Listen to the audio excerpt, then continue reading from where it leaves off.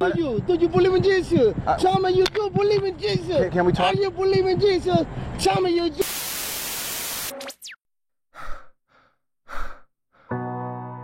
Pas de panique, vous êtes bien sur la chaîne Comme Vous Êtes, et aujourd'hui on parle d'épistémologie de rue.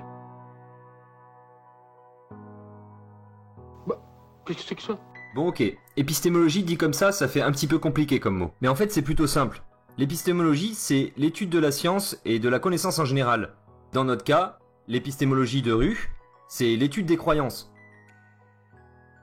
L'épistémologie de rue propose donc une méthode de conversation qui va permettre d'aider les gens à se questionner sur la méthode qu'ils utilisent pour justifier leurs croyances. Surtout lorsque cette croyance a vraiment un impact dans leur vie. On va donc par ce procédé essayer d'identifier, de comprendre et même de challenger les croyances des gens en leur posant des questions. Et il faudra que ce soit des questions ouvertes, pas des questions où on peut juste répondre par oui ou par non. Et je pense donc que c'est une manière plutôt cool et efficace de parler aux gens de leurs croyances, surtout quand ils sont persuadés qu'elles sont vraies. Les termes épistémologie de rue viennent de l'anglais street epistemology.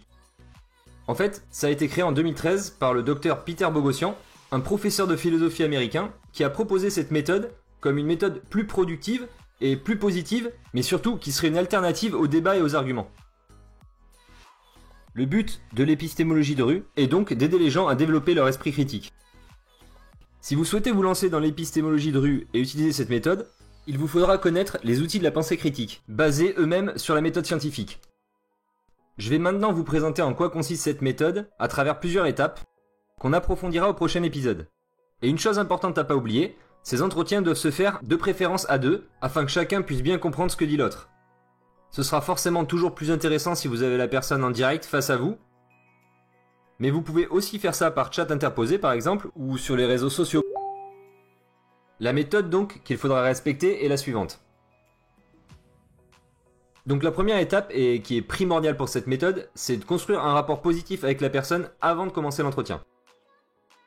Ensuite, il faudra chercher à identifier la croyance de la personne. On va essayer de confirmer sa croyance en reformulant ce qu'elle a dit, et ainsi on pourra s'assurer qu'on parle bien de la même chose. Par la même occasion, on va essayer de clarifier les termes. Que signifie le terme Dieu ? Ou que représente le mot vérité par exemple. Après ça, on va essayer d'évaluer le niveau de certitude dans la croyance. Et on verra au prochain épisode les outils intéressants qu'on peut utiliser pour cette étape. Et après avoir défini leur niveau de certitude dans leur croyance, on va essayer d'identifier la méthode qu'ils utilisent pour arriver à ce niveau de certitude. Une fois qu'on aura identifié la méthode et les raisons qui ont poussé la personne à adopter cette croyance, on va tenter de déterminer l'efficacité des outils utilisés dans cette méthode. Peut-on vérifier l'efficacité de ces outils ?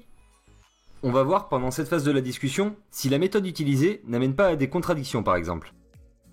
Arrivé à ce niveau-là, le plus important pour vous va être de les écouter, de résumer leur point de vue, les questionner, les regarder, reformuler leurs réponses. Et ensuite il sera temps de conclure la conversation.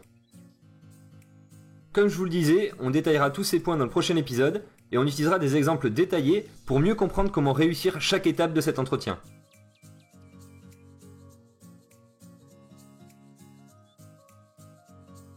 Personnellement, je suis passionné par la science, la méthode scientifique et l'esprit critique.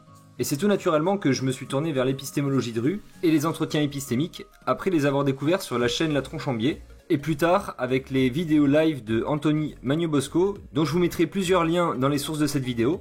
Et c'est vraiment ces vidéos qui m'ont donné envie de me lancer dans l'épistémologie de rue. Parce que moi-même, j'ai beaucoup de difficultés à parler de ces sujets-là sans tomber dans une argumentation ou dans un débat qui va en général juste pourrir l'ambiance. Et du coup, je trouve que cette méthode offre une approche plutôt sympathique et permet d'éviter de rentrer dans une guerre d'arguments et de se concentrer sur des questions simples et sur les méthodes qui permettent aux personnes d'aboutir à avoir une croyance finalement. Parce que ça m'intéresse en fait ces discussions et de savoir pourquoi les gens se tournent vers une croyance plutôt qu'une autre et pourquoi il y a tant de croyances différentes en fait.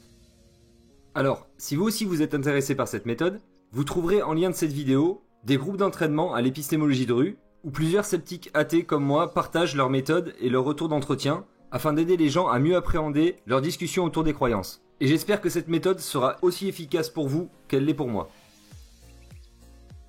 On en a donc terminé pour aujourd'hui, j'espère que cet épisode vous aura plu. Si c'est le cas, n'hésitez pas à vous abonner et lâcher un pouce vers le haut. Vous pouvez également poster vos suggestions en commentaire. Quant à moi, je vous dis à bientôt pour un prochain épisode. Épistémologie. Works, bitches.